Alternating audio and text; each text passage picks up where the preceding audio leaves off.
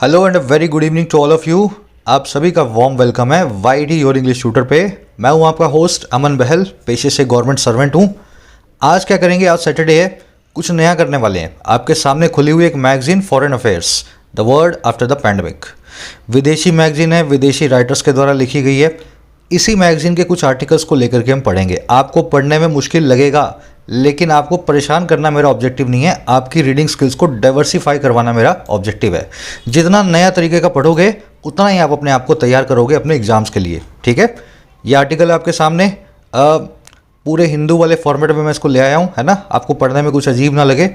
Article थोड़ा मुश्किल है, बस आपको स्ट्रक्चर्स और ग्रामर को मेरे साथ पकड़ते हुए जाना है पूरे आर्टिकल के अंदर। और ये आपके क्विजेज हैं। आप आधा घंटा इसमें पूरे मन से दो और वीडियो के लास्ट में आपको 5 में से 5 नंबर मिले। ये पहला क्विज है और ये आपका सेकंड क्विज है। वीडियो के लास्ट में मैं सोल्यूशन दे दूंगा, आप इनके स्क्रीनशॉट लेकर के रख लो। ठीक है, शुरू कर लें। चलिए आइए कुछ नया सीखते हैं।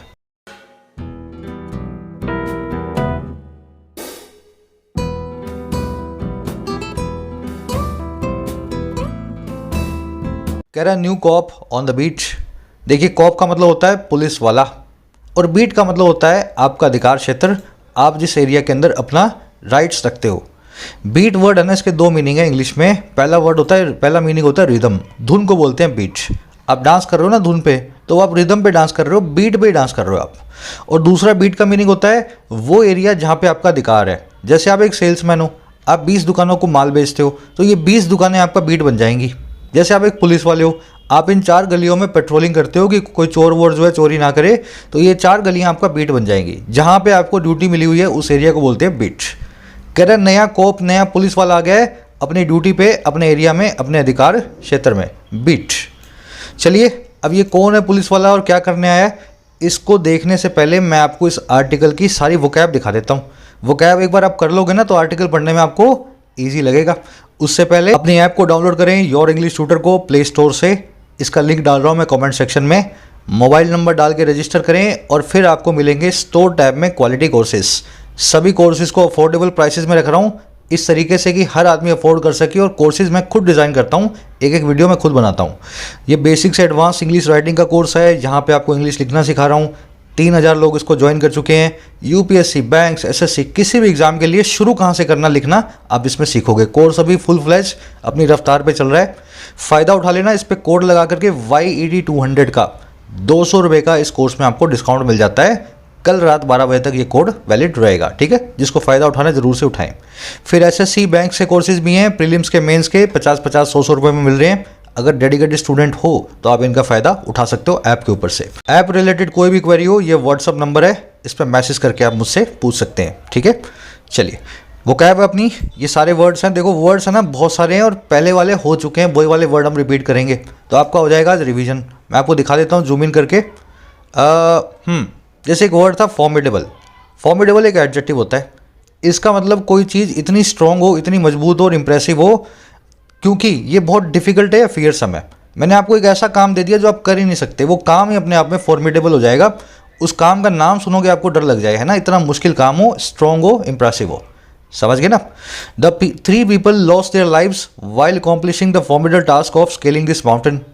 3 लोगों ने लॉस्ट कर दिया अपनी जिंदगियों को, खो दिया अपनी जानों को। कब? जब अकॉम्प्लिश कर रहे थे, पूरा कर रहे थे इस ना पूरा होने वाले टास्क को, फॉर्मिडेबल टास्क को, जो था पूरा करने का, स्केल करने का उस माउंटेन को, इस पहाड़ को, है ना। स्केल द माउंटेन मतलब पहाड़ को चढ़ना। तो पहाड़ को चढ़ते हुए 3 लोगों ने अपनी जान खो दी। समझ गए फॉर्मिडेबल। अब इसी फॉर्मिडेबल का एक सिनोनिम है डॉन्टिंग। Daunting, intimidating, dreadful. ये डॉन्टिंग वर्ड आज आप इस आर्टिकल में फिर से देखोगे।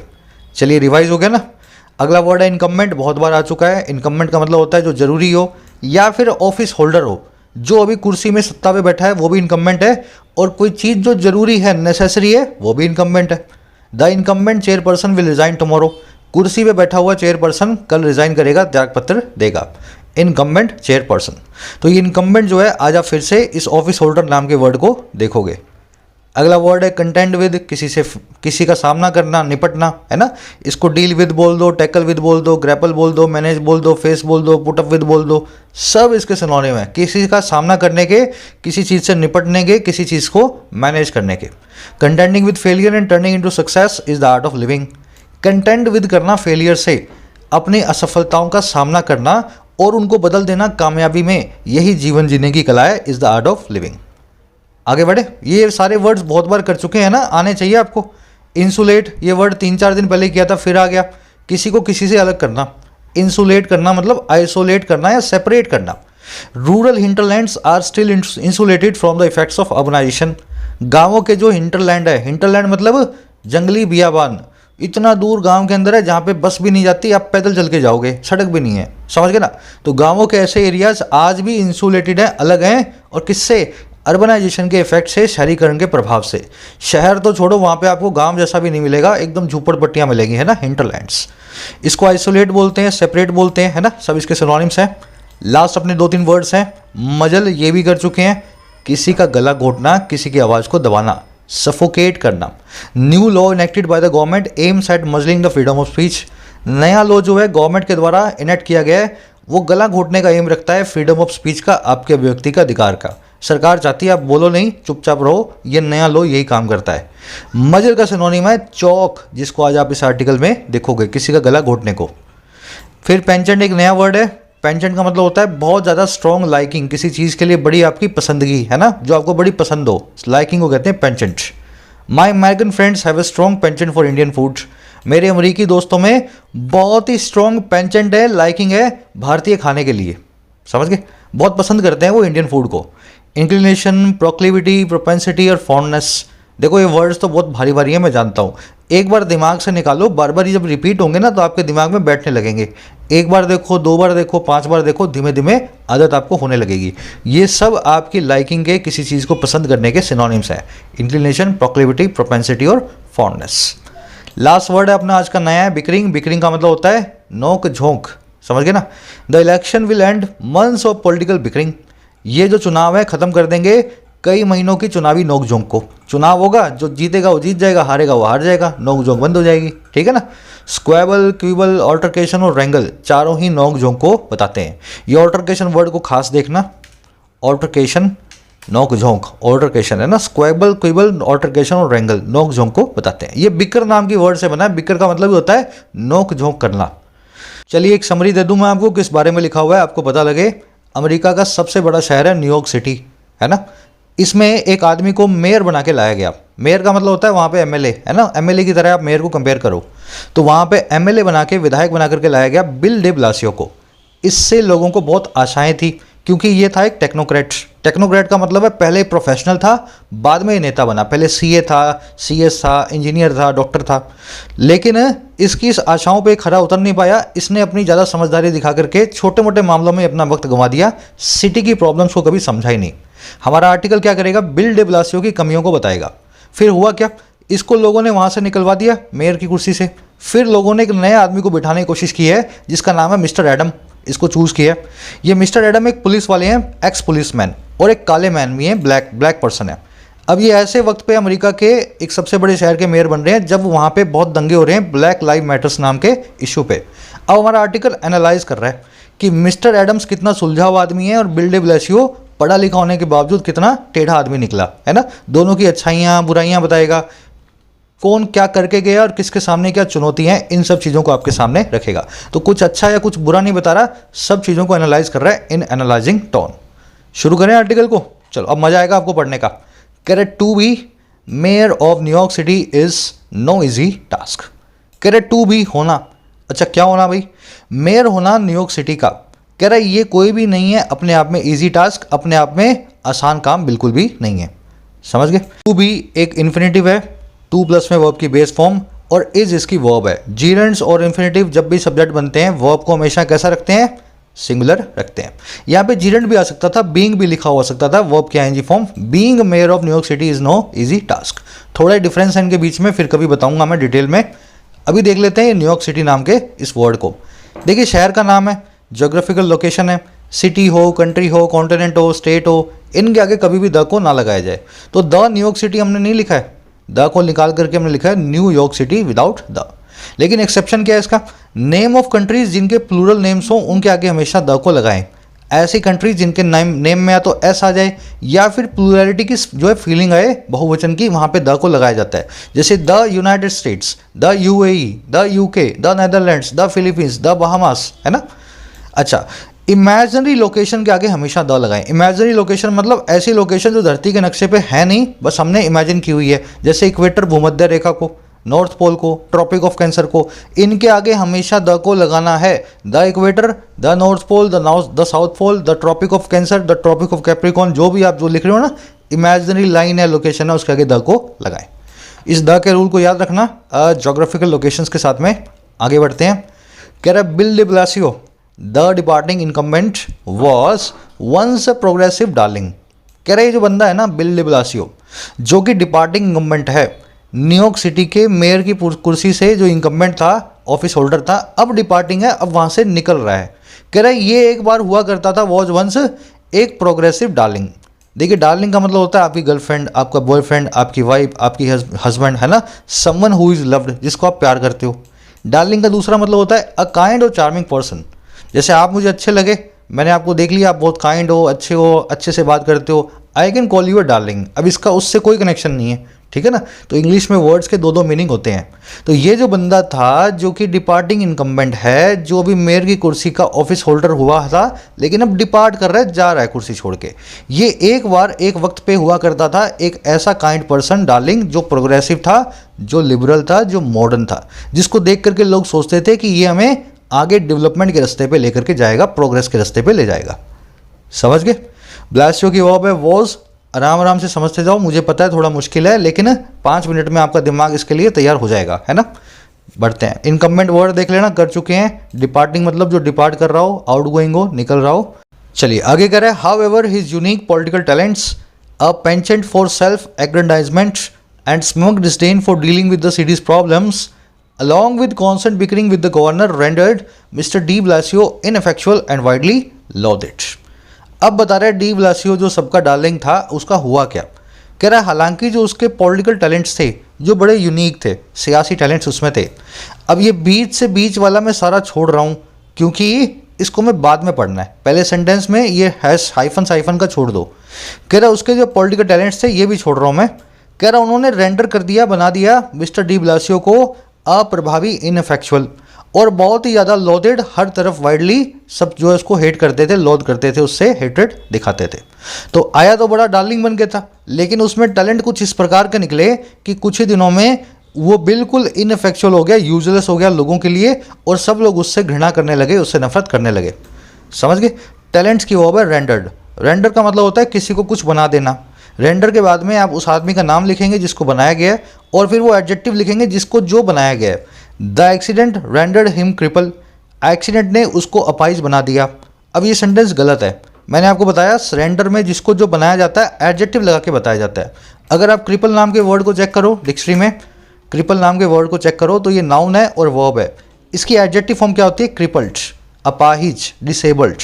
तो एक्सीडेंट रेंडर्ड हिम क्रिपल नहीं, क्रिपल्ड। याद रखें रेंडर के बाद में समवन प्लस में एडजेक्टिव आएगा। इनफेक्चुअल मतलब जो असरदार ना हो, लोडेड मतलब जिसको लोड करते हो, हेट करते हो, अबॉर करते हो, घृणा करते हो। अब देखो इसके टैलेंट्स क्या थे, बीच में बताए गए हैं, सारे के सारे उसके टैलेंट थे। एक तो था उसका पेंचेंट, एक रुझान था उसका, लाइकिंग था, प्रेफरेंस था सेल्फ एग्रेंडाइजमेंट के लिए। देखिए एग्रेंडाइजमेंट बना कैसे है, ग्रैंड करना, अपने आप को ही बड़ा बताना, अप्रेज करना अपने आप को, है ना, प्रेज, एक्सॉल्ट, अपलोड करना, बड़ी प्रशंसा करना। तो एक तो उसका पेंचेंट था, उसका स्ट्रॉन्ग लाइकिंग था, बड़ी उसकी इच्छा होती थी अपने मियाँ मिट्ठू बनने की, एग्रेंडाइजमेंट करने की। और दूसरा एक उसमें था स्मग डिस्डेन। डिस्डेन का मतलब होता है घृणा या इंडिफरेंस। आपके सामने कोई मर रहा हो, आप उसको पानी भी ना दो तो ये डिस्डेन है आपका, उसके लिए इंडिफरेंस है, डिसलाइकिंग है। और स्मग का मतलब होता है सेल्फ सेटिस्फाइंग, आप बस अपने आप से खुश हो, सबको अपने से नीचा समझते हो। तो एक उसका इस प्रकार की घृणा थी, अपने आप को ऊंचा और दूसरों को नीचा समझने की, और किसके लिए, डील विद करने के लिए, निपटने के लिए सिटी की प्रॉब्लम को। अच्छा ये किसके साथ, साथ ही साथ लगातार नोक झोंक के सिटी के गवर्नर के साथ। तो ये तीनों ही काम ये करता था, इसके टैलेंट यही थे। लोगों को अपने आप से छोटा समझता था, अपने हमेशा मियाँ मिट्ठू बनता था, लोगों की प्रॉब्लम को समझने की कोशिश नहीं करता था, और हमेशा सिटी के गवर्नर से लड़ाई करता था, नोकझोंक करता था। इस वजह से लोग इससे घृणा करने लगे। चलिए आगे बढ़े, थोड़ा टाइम लग रहा है, सेंटेंसेस पे लंबे हैं। ये बीच वाला पोर्शन हमने देख लिया है। डील विद करना, निपटना। पेंचेंट मतलब रुझान, inclination, liking, preference, proclivity. Disdain मतलब घृणा होती है। स्मग मतलब सेल्फ कंसिटेड, सेल्फ सेटिस्फाइड, अपने आप से जो है आप अपने आप को सबसे अच्छा समझो। एग्रेंडाइजमेंट मतलब अपने आप को एग्जॉल्ट या प्रेज करना। चलिए कह रहा है he will soon be limping out of Gracie Mansion, leaving behind some daunting problems for his successor. अब बता रहा है इसके लात कैसे पड़ी। अब पड़ गई ना इसके लात, लोगों ने इसको पहचाना, फिर इसको जो है कहा कि तुम चले जाओ। कह रहा है वो सून लिंप आउट करेगा। अब लिंप का मतलब होता है लड़खड़ा के चलना। जब आप थक जाओ, मारपीट हो जाए आपके साथ, डैमेज कर दे आपको, है ना, अब बिल्कुल मारे और हारे हुए होते हो, तब आप कहलाते हो लिम्प करने वाले, लड़खड़ाने वाले। कह रहे बहुत जल्दी वो लड़खड़ाता हुआ लिम्प आउट ऑफ करेगा, बाहर निकलेगा ग्रेसी मैंसन के। ग्रेसी मैंसन न्यूयॉर्क के मेयर के बंगले को बोला जाता है, तो उसको बंगले से अभी आएगा वो लड़खड़ाता हुआ बाहर, है ना। और कैसे आएगा, पीछे छोड़ते हुए डॉन्टिंग प्रॉब्लम्स को, फॉर्मिडेबल प्रॉब्लम्स को, मुश्किल प्रॉब्लम्स को अपने वारिस के लिए, अपने सक्सेसर के लिए। तो सारा जो है दही फैला के गया, आने वाला इसका जो है उसका जो रायता बनाएगा। समझ गए। ही की वर्ब है will soon be limping out of, leaving behind यहाँ पे प्रेजेंट पार्टिसिपल साइमल्टेनियस एक्शन। खाना खाते हुए मैं टीवी देख रहा था, ये लिंप आउट करते हुए पीछे ये सब सामान छोड़ रहा था। लीव बिहाइंड मतलब पीछे छोड़ के आना। डॉन्टिंग नाम का वर्ड आप देख चुके हो, जो स्ट्रॉन्ग हो, फियरसम हो, जो बड़ा मुश्किल काम हो। सक्सेसर मतलब आपके बाद में आने वाला आपका वारिस। अब देखो सारी प्रॉब्लम्स बता रहा है। कह रहा है economic growth is choked by regulation and insufficient house building. कह रहा है इकोनॉमिक ग्रोथ जो है वो चौक हो चुकी है, वो सफोकेट हो चुकी है, उसका गला घुट गया है। चौक नाम का वर्ड देख चुके हो ना, उसका गला घुट गया है। रेगुलेशन एक तो कानूनों के द्वारा, और इनसफिशिएंट हाउस बिल्डिंग के द्वारा। हाउस बिल्डिंग वहाँ पे इनसफिशिएंट है, कम हो रही है। अमेरिका की पूरी मार्केट जो है वो रियल एस्टेट पे चलती है। लोग हर 5-7 साल में अपना घर बदल लेते हैं, छोटे घर बनाते हैं लकड़ी के, प्यारे से, खूबसूरत से, लो कॉस्ट, और उनको बार बार बनवाते रहते हैं। हर 10-20 साल में अपना घर जो बदलते रहते हैं। इसी पे पूरी अमेरिकन इकॉनमी चल रही है। तो कह रहा है इकॉनमिक ग्रोथ जो है ना, सारा गला घुट गया उसका, क्योंकि रेगुलेशन अच्छे नहीं कर रखे इसने, और हाउस बिल्डिंग इनसफिशिएंट हो रही है इस समय न्यूयॉर्क के अंदर। ग्रोथ की वर्ब है इज चोक्ड, पैसिव वॉइस में। आगे बढ़ते हैं। अब ये हाउस बिल्डिंग के बारे में बहुत कुछ आएगा आगे, है ना। कह रहा there has been a dramatic increase in shootings and homicides. कह रहा एक बहुत ही ड्रामेटिक इंक्रीज भी रहा है। ड्रामेटिक मतलब बहुत ही बड़े स्केल पे, इंक्रीज मतलब जानते हो ना, उछाल। कह रहे एक बड़े स्केल पे उछाल रहा है शूटिंग के अंदर, होमिसाइड्स के अंदर। होमिसाइड का मतलब होता है मर्डर। अमेरिका में सब लोगों को पिस्तौल रखने की जेब में अधिकार है, आप अपनी जेब में पिस्तौल रख के घूम सकते हो। लेकिन अब इनके काल में, इनके वक्त में पिस्तौलें भी चलने लगी हैं, लोगों के मर्डर भी होने लगे हैं। इंक्रीज की वर्ब है हैज़ बीन। चलिए आगे बढ़ते हैं। होमिसाइड मतलब मर्डर। कह रहा were it not for a timely federal bail out the city would be facing severe cuts to its budget. ये मैं ट्रांसलेट कर रहा हूँ, लेकिन उससे पहले आपको मुझे बताना है इसमें कौन सा कंडीशनल लगा हुआ है, फिर मैं आपको समझाऊंगा। कह रहा है अगर ना होता, were it not for a timely federal bail out. Bail out का मतलब होता है सरकार का फाइनेंशियल पैकेज। जब सरकार किसी कंपनी को, बैंक को, लोगों को डूबने से, तबाह होने से बचाने के लिए कुछ पैसा सरकार जो इकॉनमी में डालती है अपनी जेब से, वो पैकेज कहलाता है बेल आउट। फेडरल मतलब होता है सरकारी, सेंट्रल गवर्नमेंट से आने वाला। कह रहा है अगर सरकार का, सेंट्रल गवर्नमेंट का बेल आउट पैकेज ना हो, अगर ना हो टाइमली, जो वक्त पे आए, कह रहा अगर ऐसा ना हो तो सिटी जो है फेस कर रही हो या वुड बी फेसिंग हो बहुत ही बड़े कट्स को अपने बजट में। इसके बजट में 50% के कट लग जाएं इस न्यूयॉर्क नाम की सिटी के। समझ गए। ये मैंने ट्रांसलेट किया, अब स्ट्रक्चर समझाऊंगा आपको। कंडीशनल आपने ढूंढ लिया होगा, नहीं ढूंढा तो अब देख लेना। चलिए इट आपका सब्जेक्ट है, वर आपकी वर्ब है, सिटी की वर्ब है would be facing, bail out आप जान गए हो, फेडरल मतलब सेंट्रल गवर्नमेंट। अब देख लो ये कंडीशनल कौन सा है, ये है सेकंड कंडीशनल। कैसा बनता है, if there weren't a timely bail out the city would face severe cuts. If plus में वर्ब की सेकंड फॉर्म, बाद वाले क्लोज में वुड प्लस में वर्ब की बेस फॉर्म, यही होता है सेकंड कंडीशनल। याद है ना आपको, अगर मैं पंछी हूं तो मैं उड़ जाऊं, if I were a bird I would fly. इसकी कंडीशन क्या है, अगर आप वर्ब को लिंकिंग वर्ब लगा रहे हो तो आप हमेशा वर्ब को यूज करेंगे, वॉज नहीं लगाएंगे। समझ गए ना। बेल आउट के लिए वॉज आना चाहिए, लेकिन फिर भी हम लगा रहे हैं वर। इसकी कंडीशन ये होती है सेकंड कंडीशनल की, आप वर को यूज करते हैं, वॉज को यूज नहीं करते हैं। अब देखो ये जो आप देख रहे हो ना, if there weren't a timely bail out, इसको ऐसे भी लिख सकते हैं हम, if it were not for a timely bail out. समझ रहे हो, ये आपको अमेरिकन इंग्लिश में देखने को बहुत मिलेगा। इस ट्रेडिशनल फॉर्म को ऐसा भी लिखा जाता है। तो ये बन गया आपका अल्टरनेटिव फॉर्म अब सेकंड कंडीशनल को चेंज करने का भी एक तरीका है, आप अच्छे से जानते हो। इफ़ को निकाल दिया जाए और वर को शुरू में ले आया जाए, बस ये तो करना है ना। चलो ये वर का W बड़ा कर देता हूँ। अब ये पूरा नहीं लिखना पड़ेगा ना, नोट लिख देता हूँ। Were there not a timely bail out the city would face severe cuts. और दूसरा वाला क्या बना, were it not for a timely bail out the city would face severe cuts. देखो यही बना ना, were it not for a timely bail out. तो स्ट्रक्चर बाय स्ट्रक्चर मैं आपको समझा रहा हूँ कैसे सेंटेंस बना हुआ है। अब आप पूछोगे सर ये वुड फेस क्यों नहीं लिखा हुआ, वुड बी फेसिंग क्यों लिखा हुआ है। फ्यूचर बताने के लिए प्रेजेंट कंटिन्यूअस टेंस भी यूज किया जाता है, पास्ट कंटिन्यूअस और फ्यूचर कंटिन्यूअस टेंस भी यूज किया जाता है। आप बोलते हो ना tomorrow guest are coming to our home, कल हमारे घर पे मेहमान आ रहे हैं या आएंगे। आने के लिए तो गेस्ट विल कम लिखना चाहिए, फिर आर कमिंग क्यों लिखा। फ्यूचर बताने के लिए आप प्रेजेंट की जगह कंटिन्यूअस टेंस को भी यूज कर लेते हो, है ना। तो इसी वजह से हमने वुड फेस की जगह यहाँ पे वुड बी फेसिंग लिखा हुआ है। ये लिखने का एक तरीका है, वुड फेस भी यहाँ पे बिल्कुल ठीक होता। चलिए आगे बढ़ते हैं, अब ज़्यादा टाइम नहीं लगाएंगे स्ट्रक्चर पे, बहुत बार आई हुई है, कई बार कर चुके हो आप मेरे साथ। कह रहा the man New Yorkers will choose to pick up these pieces is Eric Adams, a black vegan ex policeman captain from Brooklyn. कह रहा है जो मैन को न्यूयॉर्कर्स ने चूज़ किया है, जिसके लिए वोट डाला है, और क्यों करने के लिए, पिकअप करने के लिए इन टुकड़ों को, जो ये पीछे बिल्ड छोड़ के गया ना, ये सारा जो टुकड़े रह गया है, कह रहे हैं इन टुकड़ों को संभालने के लिए, बटोरने के लिए जिस आदमी को न्यूयॉर्कर्स ने चूज़ किया है उसका नाम है एरिक एडम्स। एक काला है, वीगन है, मांस मछली नहीं खाता, एक्स पुलिसमैन है, कैप्टन है, और है ये ब्रुकलिन से। समझ गए। द मैन की वर्ब है इज, न्यूयॉर्कर्स की वर्ब है विल चूज। वीगन मतलब जो मांस मछली और डेयरी को यूज़ ना करे, है ना। वेजिटेरियन का भी एक आगे है एक वर्जन, ये दूध भी नहीं पीता। और दैट नाम की कंजंक्शन यहाँ पे बीच में रखी हुई है, the man that New Yorkers will choose. इस दैट को हमने ओमिट किया हुआ है। बढ़ते हैं आगे, अब थोड़ा सा आपको ईजी लग रहा होगा पढ़ने में, ना। कह रहा है in a crowded field mister Adams narrowly won the Democratic primary with support from a broad coalition of non-white, non-Manhattanites। कह रहे क्राउडेड फील्ड में, एक ऐसे फील्ड में, एक ऐसे जंग के मैदान में जो क्राउडेड है, जिसमें बहुत सारे लोग जो हैं इलेक्शन के लिए खड़े हुए हैं। मिस्टर एडम जो है नैरोली वॉन किया, बहुत ही कम बढ़त से वो जीता, है ना, नैरोली, एकदम हवा भर से। और किसको, डेमोक्रेटिक प्राइमरी को। और कैसे, सपोर्ट की तरफ से, सपोर्ट से एक ब्रॉड कोलिशन के, एक बहुत बड़े गठबंधन के, जो था नॉन वाइट नॉन मैनहट्स का।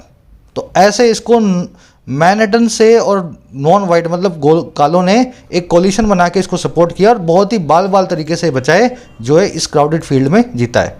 डेमोक्रेटिक प्राइमरी क्या है, इलेक्शन का नाम है। वहाँ पे प्राइमरी होता है, फिर सेकेंडरी होता है, कई तरह की चीज़ें, अपने अंडर नहीं जाएंगे इसके। अब यूँ समझ लो ना, लोकसभा का इलेक्शन, राज्यसभा का इलेक्शन, तो वहाँ पे इलेक्शन के भी कई तरह के फेजेस हैं, ऐसा समझो। बढ़े आगे, अब डेमोक्रेटिक प्राइमरी के बाद अगले इलेक्शन में क्या हुआ वो बताएगा। कह रहा है his victory in primary election and almost guaranteed triumph in the general one to come is a rebuke to the progressive zeal that has overtaken America's largest cities since racial justice protest began more than a year ago. कह रहा है उसकी जो victory है, जो जीत है election primary में, जिसकी हमने ऊपर बात की है, मैनहट्टन के लोगों ने नहीं दिया, बाहर वालों ने दिया, गोरों ने नहीं दिया, बल्कि कालों ने वोट दिया। और कह रहा है उसकी जो गारंटेड, लगभग गारंटेड ट्रायम्फ है, ट्रायम्फ भी होती है विक्ट्री, है ना, आपकी जीत। और किस में, जनरल में। और जनरल इलेक्शन कौन सा है, जो आने वाला है। तो प्राइमरी तो हो गया, और आगे जो जिसमें गारंटेड उसको जीत मिलेगी, है ना, जनरल इलेक्शन टू कम। कह रहा है वो एक रिब्यूक है, वो एक लताड़ है, और किसके लिए, उस लिबरल, उस मॉडर्न उत्साह के लिए, प्रोग्रेसिव झील के लिए, जिसने ओवरटेक कर लिया है, जिसने कब्जा लिया है अमेरिका की सबसे बड़ी शहरों को, सिटीज़ को। और कब से, जब से नस्लवाद पे होने वाला जस्टिस जो है, न्याय जो है, रेशियल जस्टिस जो है, उसके प्रोटेस्ट शुरू हुए थे 1 साल पहले से।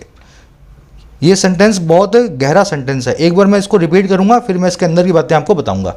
कह रहा है उसकी जीत प्राइमरी में, और उसके बाद में जो जनरल होने वाला है उसमें जो ट्रायम्फ है, जो कि गारंटेड है, और जनरल इलेक्शन जो टू कम अभी होने वाला है, अभी आने वाला है। कह रहा है वो एक लताड़ है उस प्रोग्रेसिव झील को, जो हर तरफ अमेरिका की बड़ी बड़ी शहरों में फैली हुई है। और ये तब से फैली है जब से रेशियल जस्टिस प्रोटेस्ट शुरू हुए थे पिछले साल पहले। वो याद होगा ना आपको, ब्लैक लाइव मैटर्स, है ना। तो वहाँ से जो है सारा का सारा जो है जो अभी माहौल वहाँ चल रहा है ना, उस माहौल के सामने बिल्कुल उल्टा जीता है ये, है ना, एक रिव्यूक है उस माहौल के लिए। अब देखो कैसे, ब्लैक लाइव्स मैटर्स बोलता है कि ब्लैक लोग जो हैं बड़े प्रताड़ित हैं अमेरिका के अंदर, लेकिन अभी एक काला अमेरिकन न्यूयॉर्क का जो है जो गवर्नर बन के बैठा है ना, लायक भी है वो। अगर काले लोग गवर्नर बन जाएंगे, मेयर बन जाएंगे, तो ब्लैक लाइव्स मैटर्स के जो लोग हैं वो अपनी बात को सही से कह नहीं पाएंगे। तो उनको लताड़ पड़ी है ये कि काले तो मेयर बन के बैठे हैं और तुम बोल रहे हो काले बड़े परेशान हैं, तो ऐसा तो नहीं है। तो आपकी प्रोग्रेसिव झील को एक लताड़ की बात है ये वाली विक्ट्री, समझ गए ना। तो ऐसा इसका मीनिंग है। ट्रायम्फ और विक्ट्री की वर्ब है इज, गलत है, जो कि नहीं होनी चाहिए। विक्ट्री और ट्रायम्फ दो एंड से जुड़े हुए वर्ड्स हैं, तो यहाँ पे आर आना चाहिए ना टेक्निकली।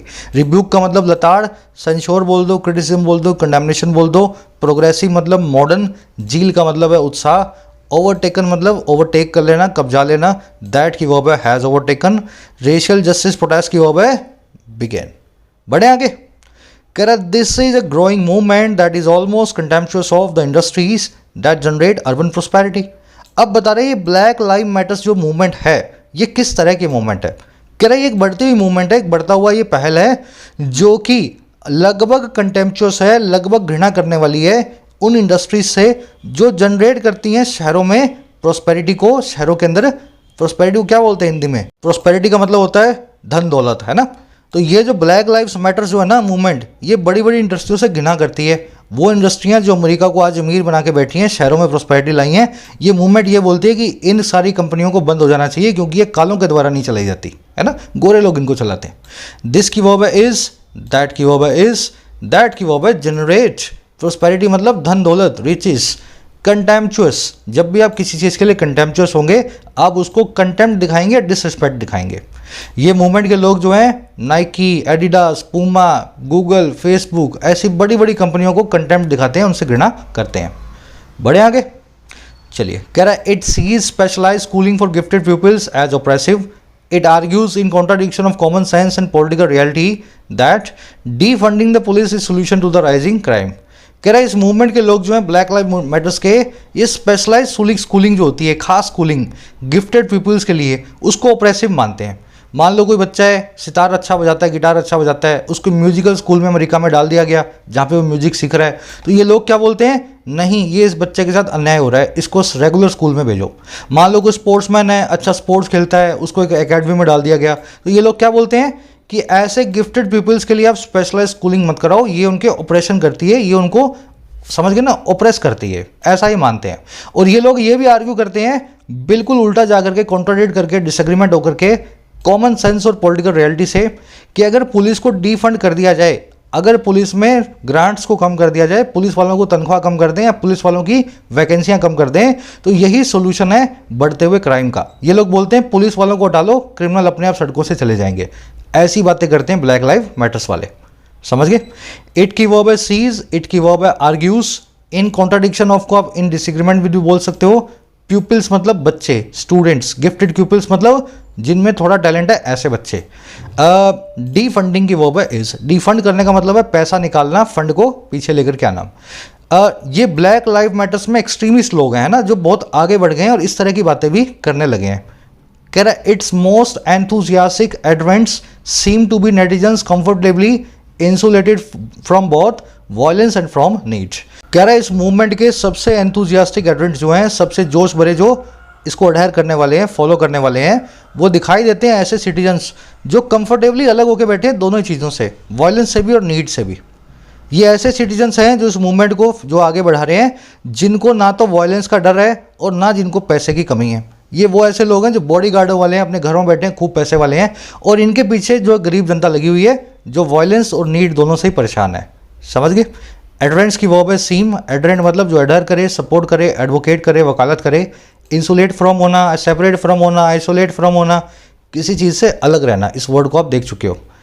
कह रहा rather than increase the city's budget by 25% in real terms as Mr de Blasio did, Mr Adams has plans to trim its expensive bureaucracy. कह रहा बजाय इंक्रीज करने के, बजाय बढ़ाने के, रादर देन मतलब बजाय, कह रहा बढ़ाने के बजाय सिटी के बजट को 25% में रियल टर्म्स के अंदर, है ना, बिना इन्फ्लेशन को काउंट किए रियल टर्म्स के अंदर, जैसा मिस्टर डी ब्लासियो ने किया था, इससे पहले वाला करके गया था। कह रहे जो एडम्स है, जो नया पुलिस वाला है, उसके प्लान्स है कि वो ट्रिम करेगा, छोटा करेगा अपनी एक्सपेंसिव ब्यूरोक्रेसी को, अपनी बड़ी से एक जो है ब्यूरोक्रेसी को।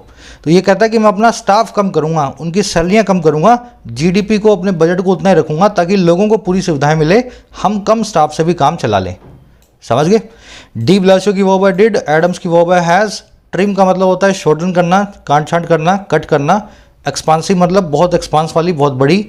ब्यूरोक्रेसी की स्पेलिंग देख लेना, ब्यूरो BUREAU, ब्यूरियो, ब्यूरियो समझ लो इसको, है ना, ब्यूरियो से ही बनती है ब्यूरोक्रेसी। ये वर्ड देखना बहुत गलती वाला होता है, इसमें स्पेलिंग एरर आती हैं। एज और लाइक का बीच का फ़र्क आप जानते हो, एज एक कंजंक्शन है, लाइक एक प्रेपोजिशन है। अगर एक ऑब्जेक्ट रखा हो तो उसके बाद में तो आप लाइक को यूज़ करें, अगर एक सब्जेक्ट वर्ब का क्लोज रखा हो तो आप एज को यूज़ करें। The earth revolves around the sun as या लाइक मार्स एंड वीनस।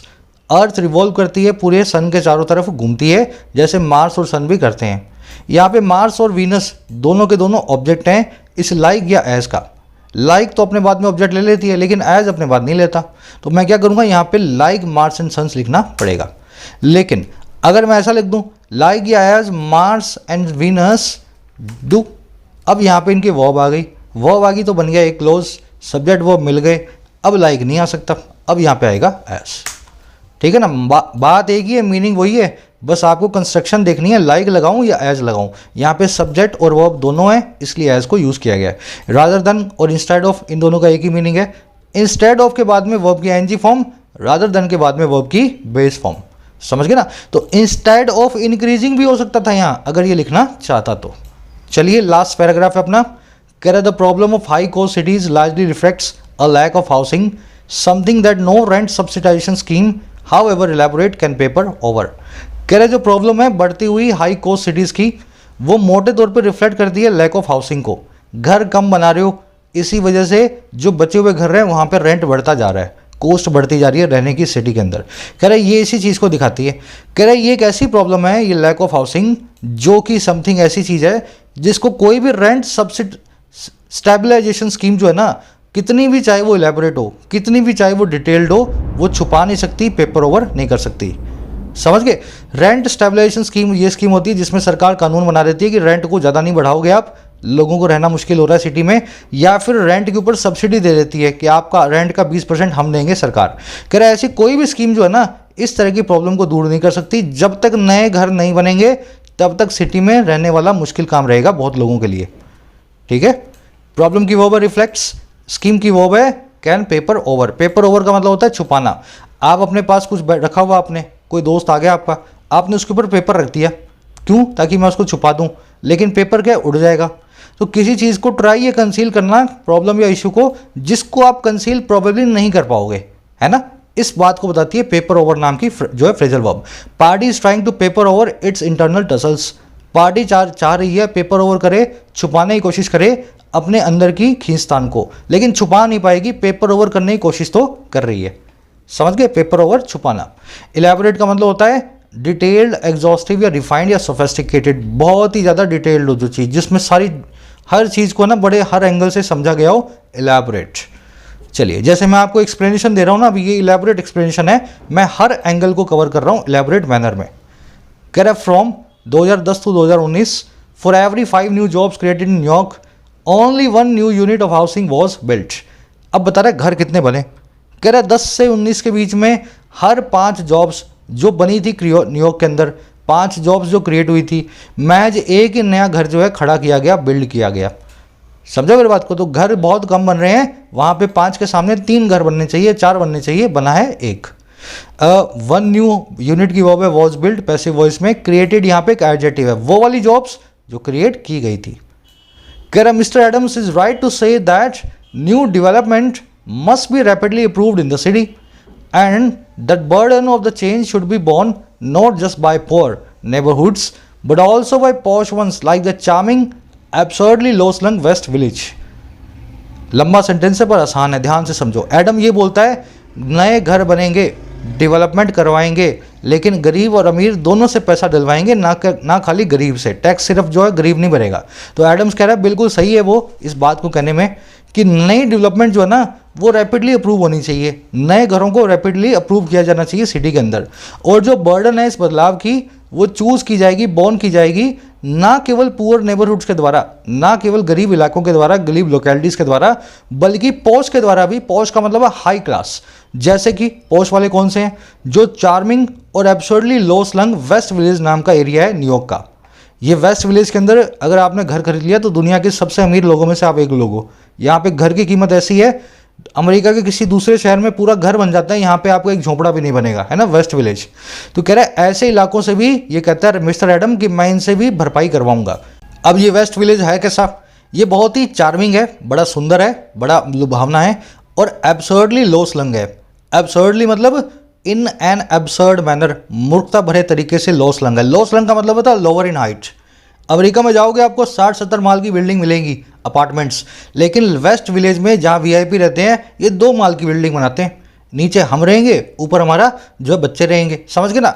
जानबूझ करके छोटे छोटे घर बनाए जाते हैं, बड़ी बिल्डिंग बनने नहीं दी जाती, ताकि ये लोग यही चाहते हैं कि बड़ा कुछ बना तो बहुत सारे गरीब लोग यहाँ पे आके रहने लगेंगे, प्रॉपर्टी के दाम कम हो जाएंगे। तो ये एडम बोलता है मैं तो यहाँ भी बिल्डिंग बनवाऊंगा बड़ी बड़ी, ताकि गरीब लोग यहाँ पे सस्ता तरीके से रह पाएँ, है ना। चलिए, लंबा सेंटेंस था। एडम की वर्ब है इज, डेवलपमेंट की वर्ब है must be approved passive voice में, रैपिडली मतलब तेजी से, मॉडर्न की वर्ब है शुड बी बोर्न, पॉश मतलब अमीर, upper class, well of, rich, neighbourhood मतलब एरिया, लोकेलिटी, एब्सर्डली मतलब एक एब्सर्ड मैनर में मूर्खता भरे तरीके से, लो स्लंग मतलब जिसकी हाइट ज़्यादा ना हो, जो स्लंग बड़ा लो हो, है ना। It is folly to place too much faith in anyone who aims to run America's largest city. कह रहे बड़ी फॉली है। फॉली का मतलब होता है एब्सर्डिटी, फूलिशनेस, मूर्खता। कह रहे बड़ी मूर्खता होगी प्लेस कर दोगे अगर आप बहुत ज़्यादा फेथ किसी भी ऐसे आदमी में जो एम करता है रन करने को अमेरिका की लार्जेस्ट सिटी को। कह रहे बड़ी अच्छा है एडम, लेकिन इस पर ज़्यादा विश्वास मत रखना, हो सकता है ये उतना ना कर पाए जितना आपको देखने में लगता है। बड़ी मूर्खता भरी बात होगी अगर कर लेते हो तो। इट की वर्ब है इज, फॉली मतलब मूर्खता, है ना, फुलिशनेस। हु की वर्ब है एम्स। कह रहा even mister de Blasio once mustered some enthusiasm. कह रहा यहाँ तक कि मिस्टर डी ब्लासियो ने भी एक बार थोड़ा एंथुसियाज्म, जोश जो है मस्टर किया था, इकट्ठा किया था। When you muster the courage और एंथुसियाज्म, तो आप क्या कर रहे हैं, अपने अंदर के करेज या एंथुसियाज्म को इकट्ठा कर रहे हैं। एक बार ब्लासियो भी, ये जिससे पहले वाला जो था वो भी इस काम को कर चुका है, बड़ा जोश दिखा चुका है, समझ गए। ब्लासियो की वो है मस्टर, मस्टर मतलब इकट्ठा करना। अब देखो कह रहे हैं however his admirable technocratic impulses got him mired in unending debates over taxes on fizzy drinks। कह रहा हालांकि उसकी एडमायर की जाने वाली, प्रशंसा की जाने वाली जो टेक्नोक्रेटिक इम्पल्सिस हैं। टेक्नोक्रेट कौन होता है? ऐसा रूलर, ऐसा क्रैट जो एक टेक्निकल बैकग्राउंड रखता है। जैसे भूटान का पीएम है, एक डॉक्टर है, समझ गए मेरी बात को, तो वो डॉक्टर भी है और बाद में पीएम भी बना। तो ये भी ऐसा ही तो है डी ब्लासियो। इसका हालांकि जो टेक्नोक्रेटिक इम्पल्स जो है ना, इसके अंदर की जो प्रवृत्ति है, इम्पल्स का मतलब होता है नेचुरल हैबिट, जो प्रवृत्ति, इसने इसको मायर कर दिया, बहुत बार फंसवा दिया अनएंडिंग डिबेट्स में, जो है टैक्सेस के ऊपर, सॉफ्ट ड्रिंक्स पे, फिजी ड्रिंक्स पे। तो उल जलूल चीज़ों में इसने टाइम खराब कर दिया। ज्ञान ज़्यादा था लेकिन ज़्यादा ज्ञान के अंदर इसने अपना नुकसान ही किया। टेक्नोक्रेटिक इम्पल्स की वजह से सही मुद्दों पे कभी ध्यान ही नहीं दे पाया। सॉफ्ट ड्रिंक्स में टैक्स लगेगा या नहीं लगेगा, इसी पे उलझा रहा, समझ गए। इम्पल्सिस मतलब प्रवृत्ति, इंक्लिनेशन, इंस्टिंक्ट। गॉट आपकी वर्ब है, ये आपकी आप जानते हो ना ये कौन सी पॉजिटिव वर्ब है, गेट समवन प्लस में एडजेक्टिव वर्ब की थर्ड फॉर्म। माइड का मतलब होता है ट्रैप्ड, फंसा हुआ, बोग डाउन, स्टक। जैसे दलदल में आप होते हो ना, उसको बोलते हैं माइड। अनएंडिंग जो कभी खत्म ना हो, एडमायरेबल जिसको एडमायर किया जाए। चलिए, नया एक्सपीरियंस होगा आपके लिए, मुश्किल था मैं जानता हूँ। द हिंदू से कम 80% ज़्यादा मुश्किल है ये, कम से कम बता रहा हूँ मैं, है ना। जो हिंदू के राइटर्स लिखते हैं उससे लेवल इसका ऊंचा है। अब एक काम करेंगे, कुछ क्वेश्चंस है वो मैं आपको करवा देता हूँ, बाकी क्वेश्चंस को आपको करना है। फर्स्ट क्वेश्चन देख लेते हैं, आपने जो पढ़ा है उसी में से आएगा ये। कह रहा है इनमें से कौन सा फैक्ट जो है कंट्रीब्यूट नहीं कर पाया, उसका कोई योगदान नहीं था, और किसमें, डी ब्लासियो के निकाले जाने पे सिटी मेयर की पोस्ट से। इनमें से कौन सी ऐसी बात वो नहीं है जिसकी वजह से डी ब्लासियो को निकाला गया है। पहली बात, his constant altercation with the governor, ये बात बिल्कुल ठीक है। गवर्नर से लड़ाई करता रहता था, लोग उससे घृणा करने लगे थे, इसी वजह से उसको निकाला गया है, ये बात बिल्कुल ठीक है, ये हमारा आंसर नहीं है। His technocratic instincts that led him to debates on less significant issues, ये भी ठीक है। उसकी टेक्नोक्रेटिक इंस्टिंक्ट्स की वजह से वो फिजी ड्रिंक्स पे जो है करता रहा अपना टाइम वेस्ट, और इस वजह से वो लात पढ़ के वो निकाला गया मेयर की कुर्सी से। तीसरा देख लो, his smug reluctance to deal with the city's problem, उसका जो रिलेक्टेंस था, स्मग इनडिफरेंस था, है ना, वही था जो सिटी की प्रॉब्लम को वो सुनता नहीं था। बात बिल्कुल ठीक है, इसकी वजह से भी उसको निकाला गया है। चौथा देख लो, his content for industries that bring prosperity to urban areas. देखो ये आपने पढ़ा जरूर है आर्टिकल में, लेकिन ये ब्लासियो का कंटेम्प्ट नहीं था, ये था ब्लैक लाइव मैटर्स की मूवमेंट का कंटेम्प्ट। जो लोग ब्लैक लाइव जो मूवमेंट को सपोर्ट करते हैं वो इन इंडस्ट्रीज से घृणा करने लगे थे, नाइकी, एडिडास, पूमा से। डी ब्लासियो का इससे कोई भी कनेक्शन नहीं है। तो ये फोर्थ है ना, फोर्थ, ये आपने आर्टिकल में पढ़ा जरूर है, लेकिन ये डी ब्लासियो से कनेक्शन नहीं रखता है। यही आपका आंसर है, it does not contribute to the housing of Mr de Blasio. समझ गए? सेकंड वाले में आपको 2 एरर्स निकालनी है। एरर्स आपको भी मिल जाएंगी बड़ी बड़ी, बता दूं कहाँ रखी हैं। चलो, आपको देखना है इक्वेटर के आगे द आएगा ही नहीं आएगा, और रेंडर अपने बाद में एडजेक्टिव लेता है या नाउन लेता है, किस तरीके से काम करता है। इन दोनों को देखोगे तो एरर आपको हाथों हाथ मिल जानी चाहिए। इसका आंसर डाल रहा हूँ मैं कमेंट सेक्शन में, बाकी के क्वेश्चन भी आपके सामने हैं। ये क्लोज टेस्ट है, सेकंड कंडीशनल बनाना है आपको, और यहाँ पे पेंटेंट नाम के वर्ड का आपसे सिनोनिम पूछा गया है। 5 क्वेश्चन के answer in the comment section. Video को एक लाइक और एक शेयर जरूर से देना। अगर अच्छी लगी हो तो बताना, फिर से करेंगे सेशन को, वीक में एक बार लेके आऊँगा मैं। अगर आपको अच्छा लगा, 2000 लाइक्स तक ये वीडियो पहुंची तो एक सेशन वीक में बिना कहे आपको अगले वीक से मिलने लग जाएगा। चलिए, राइटिंग स्किल्स के कोर्स से रिलेटेड कोई भी क्वेरी हो जरूर से यहाँ पे इस नंबर पे कांटेक्ट करना, व्हाट्सअप करना। Until then, signing out.